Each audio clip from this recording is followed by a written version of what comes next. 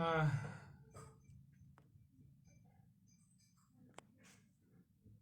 साथियों, तकनीक और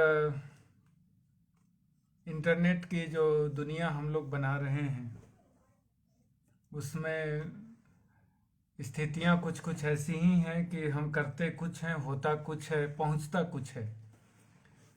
तो मैं फिनिश वाला बटन ना दबा करके जो जनसुलभ पुस्तकालय का मंच था उसी पर बात करने के भ्रम में रहा और यहाँ से कहीं और पहुँच गया था और लगातार मेरा वक्तव्य चालू था।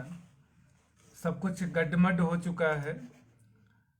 मैं क्या कहूँ और क्या बोलूँ मुझे नहीं मालूम, लेकिन मैंने बताने की ये कोशिश की कि विष्णु चंद्र शर्मा की जो कवि पत्रिका थी उसने जो काम किया और जिन कवियों पर केंद्रित अंक निकाले, फोन को सीधा कर लें, यानी ऐसे कर लें। ठीक है, मेरे ख्याल से अभी ठीक है, आप लोगों तक अभी पहुंच रही है अच्छी तरीके से।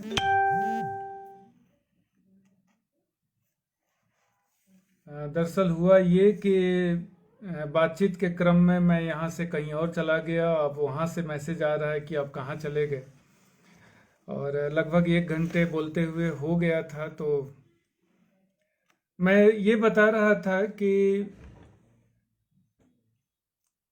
कवि पत्रिका के टिप्पणीकारों ने और कवियों ने जिस ढंग से अपने समय की ज़रूरतों को समझा, जितना प्रयोगधर्मी ढंग से काम किया, बातचीत की, टिप्पणियाँ लिखी, जो कविताएं लिखी, और मैं आप लोगों से जब कटा हुआ था तो भवानी प्रसाद मिश्र पर हजारी प्रसाद द्विवेदी की काव्यमय टिप्पणी को सुना रहा था। अब वो तो कहीं और चली गई, लेकिन उस टिप्पणी के बहाने मूलतः द्विवेदी जी ने भवानी प्रसाद मिश्र का एक अलग ढंग से खांचा खींचा है। और उनकी वो लाइन जो थी जिसमें वो लिखते हैं कि यह गरम अफवाह है, यह कभी प्रयोगी हो गया है, मगर मैं यह जानता हूं वह प्रयोगी हो नहीं सकता। कदाचित योग से विभ्रष्ट योगी है, वियोगी तो नहीं हरगिज। और इन पंक्तियों को जब मैं पढ़ रहा था तो मेरे मन में पंक्ति जो गूंज रही थी, वियोगी होगा पहला कवि, आह से उपजा होगा गान। तो एक तरफ वियोगी कवि, एक तरफ प्रयोगी कवि, और बीच में भवानी प्रसाद मिश्र जैसे कवि जो ये कह रहे हैं, उनकी कविता की पंक्तियां हैं, मुझे अफसोस है या कहिए मुझे वह है जिसे मैं अफसोस मानता रहा। मुझे अफसोस है या कहिए मुझे वह है जिसे मैं अफसोस मानता रहा हूं, क्योंकि ज्यादातर लोगों को ऐसे में नहीं होता वह जिसे मैं अफसोस मानता रहा हूं। तो इस तरह के खिलंदड़ेपन के साथ बड़ी से बड़ी बात को कहने की जो क्षमता थी भवानी भाई में, कि इसलिए प्राण मेरे भोगो फल निकलेगा, इन बड़ी बड़ी तकलीफों का हल निकलेगा। भीतर की तकलीफ सृजन की माता है और बहुत भोगने वाला बड़ा विधाता है। और इन पंक्तियों को लेकर हजारी प्रसाद द्विवेदी ने जो टिप्पणी लिखी थी, या बाद में नामवर सिंह ने जो की कविताओं को लेकर विष्णु जी ने प्रकाशित किया था, और उन पर त्रिलोचन शास्त्री ने जो टिप्पणी लिखी थी, और पहली बार उसी समय एक पदबंध का प्रयोग किया था जो आगे बहुत लोकप्रिय हुआ और एक मुहावरे की तरह चल निकला कि नामवर सिंह की पुस्तक पकी आंखें प्रकृति और जीवन के अछूते दृश्यों का चित्र भी दिखा सकती हैं, यह उनका पाठक पहली ही नज़र में पहचान जाएगा। नामवर सिंह काल विचार से ही नहीं, अर्थ विचार से भी आधुनिक कवि हैं।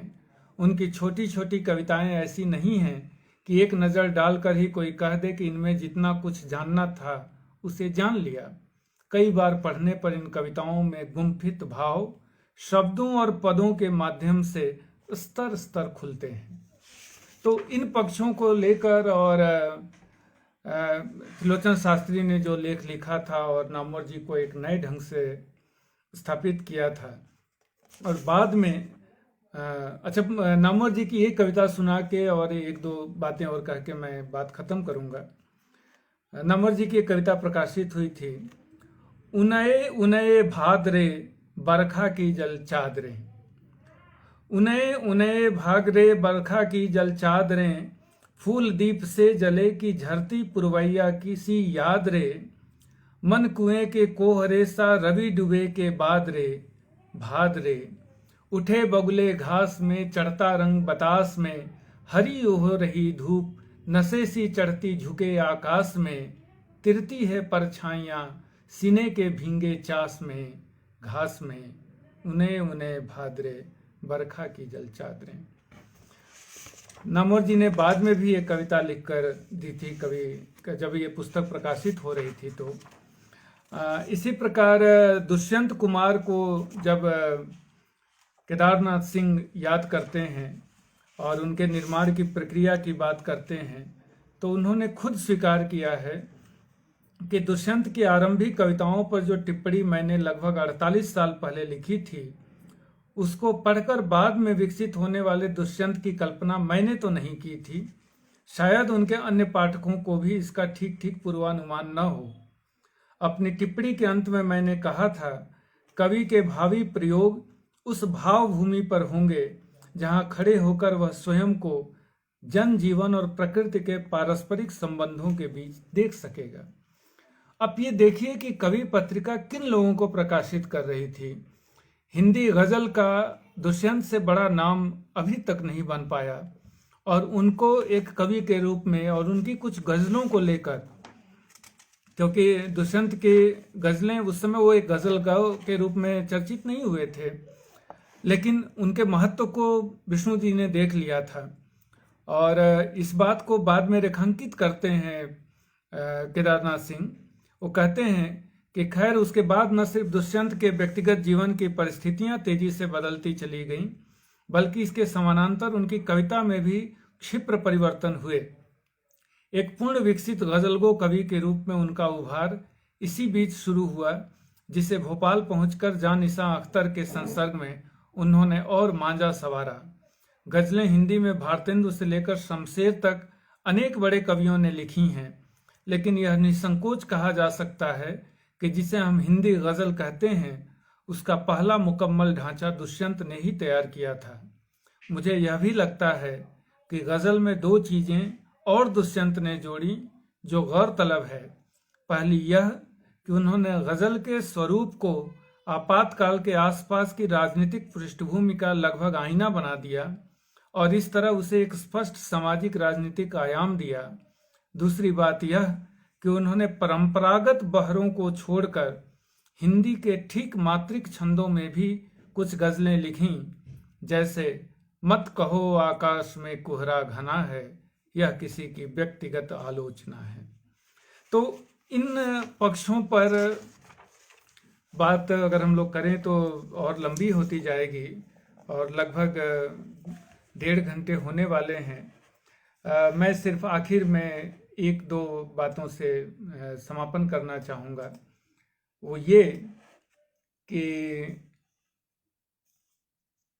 विष्णुचंद्र शर्मा ने अपने पत्रकारिता के द्वारा, अपने लेखन के द्वारा और अपने संपादन के द्वारा एक हिंदी जगत को समृद्ध करने का काम किया, ढेर सारे नए लोगों को निर्मित करने का काम किया। बहुत सारे ऐसे वरिष्ठ जन जो पहले से स्थापित थे, उनको एक नया आयाम देने का काम किया। और एक ऐसे लोगों की बड़ी लंबी सूची है जो मानते हैं कि उनके निर्माण में विष्णुचंद्र शर्मा की बड़ी भूमिका रही है। आदरणीय विश्वनाथ त्रिपाठी जी, भगवान सिंह जी, राजेश जोशी, मंगलेश डबराल, त्रिनेत्र जोशी, नित्यानंद गायन जैसे अनेक लोग हैं, युवा लोग हैं, जिनको विष्णु जी ने अपने ढंग से मंच भी दिया, उनकी कविताओं को पढ़ा और उन्हें उत्साहित किया।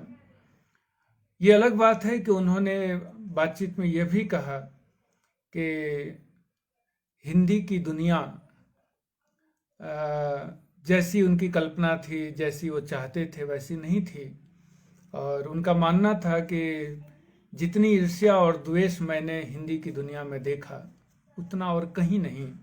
इसमें आ गया हूँ, क्या करूँ। ये जो पंक्ति है कि इसमें आ गया हूँ, क्या करूँ, ये बहुत मार्मिक पंक्ति है साथियों। और यह एक तरह से हमें आत्ममंथन के लिए मजबूर कर रही है, बार बार सोचने के लिए विवश कर रही है कि पूरी जिंदगी हिंदी के लिए खपा देने वाला व्यक्ति यह कहने के लिए क्यों विवश होता है कि इसमें आ गया हूँ, अब क्या करूँ। और विष्णु जी को याद करना असल में व्यक्ति को याद नहीं करना है, व्यक्ति को याद करना नहीं है। व्यक्ति तो आते जाते रहते हैं, शरीर आता जाता रहता है, लेकिन एक सोच है, एक चिंतन है, एक प्रकृति है जो इस समाज को बेहतर बनाने के स्वप्न से जागृत होती है, उससे निर्मित होती है। विष्णु जी के हमेशा एक ही लक्ष्य रहा, जिसको मैं मुक्तिबोध के शब्दों में कहूँ कि समस्या एक, कि मेरे अपने लोगों के लिए जो बेहतर की परिकल्पना थी कि मैं बेहतर होना चाहता हूँ और जो है उससे बेहतर चाहिए। तो इसको लेकर के वे हमेशा सजग रहे, संघर्षरत रहे। और सच्ची नाराजगी उनकी देखने को मिलती थी लोगों को। लेकिन मैं बार बार ये कहूँगा कि झूठी प्रशंसा की तुलना में सच्ची नाराजगी हमेशा बेहतर होती है, हमेशा काम की होती है। और यह दिनों दिन कम होती जा रही है।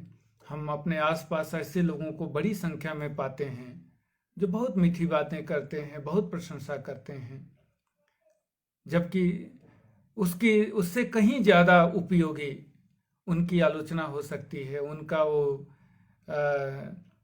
छल छद्म से रहित व्यवहार हो सकता है, उनका एक इंसान के रूप में हमसे जुड़ना हो सकता है। विष्णु जी से मैं जब भी मिला तो एक पारदर्शी व्यक्तित्व की तरह, एक ऐसे व्यक्ति की तरह जो था वो था। आप उससे खुश हों, नाराज हों, दुखी हों, उस पर कोई फर्क नहीं पड़ने वाला। और कुछ समय के बाद पता चलता था कि वो जो था वो अपने लिए नहीं था, हमारे लिए था, हिंदी समाज के लिए था, हिंदी जगत के लिए था। और उसने जो किया वो चाहे कवि पत्रिका के रूप में, चाहे सर्वनाम के रूप में, या दूसरे लेखन के रूप में, वो चाहे भारतीय भाषाओं की अच्छी सामग्री को लाने का प्रयास रहा हो, वैश्विक सामग्री को, नेरुदा और तमाम बड़े रचनाकारों की चीज़ों को लाने का प्रयास रहा हो, एक ही स्वप्न था कि हमारी हिंदी की दुनिया और समर्थ और सुखद और शानदार कैसे बने। और इसके लिए अंतिम क्षणों तक वो संघर्ष करते रहे।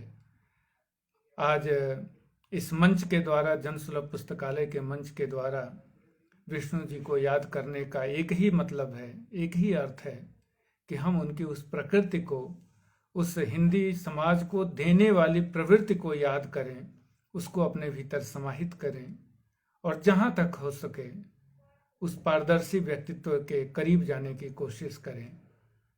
बाकी जो सफलता नामक चीज़ है बहुत दूर तक साथ देने वाले नहीं है। वे आजीवन सफलता की बजाय सार्थकता की तलाश करते रहे और सार्थकता कहीं देर तक टिकती है और हमें भीतर भी संतोष देती है। तो मैं इन्हीं बातों के साथ आप सभी सुनने वालों को नमस्कार करता हूँ, आभार व्यक्त करता हूँ। खास तौर से अर्पण कुमार जी का आभार व्यक्त करता हूँ। जनसुलभ पुस्तकालय के इस मंच का धन्यवाद। मुझे इस योग्य समझा, मुझे आप लोगों ने इतनी देर तक सुना। तमाम तकनीकी व्यवधानों के बावजूद आप लोगों ने धैर्य दिखाया, मैं बहुत बहुत आभारी हूँ और विष्णु जी की स्मृति को प्रणाम करता हूँ। धन्यवाद, नमस्कार।